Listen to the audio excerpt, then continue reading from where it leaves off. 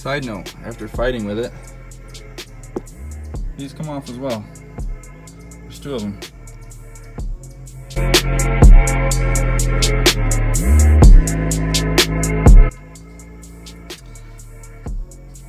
don't know if you can see that. There's actually three of them. They're 16mm bolts.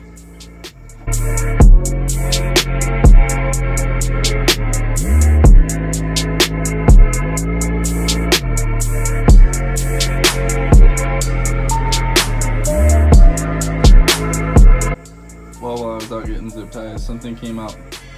So this will have to be the end of the first day so far.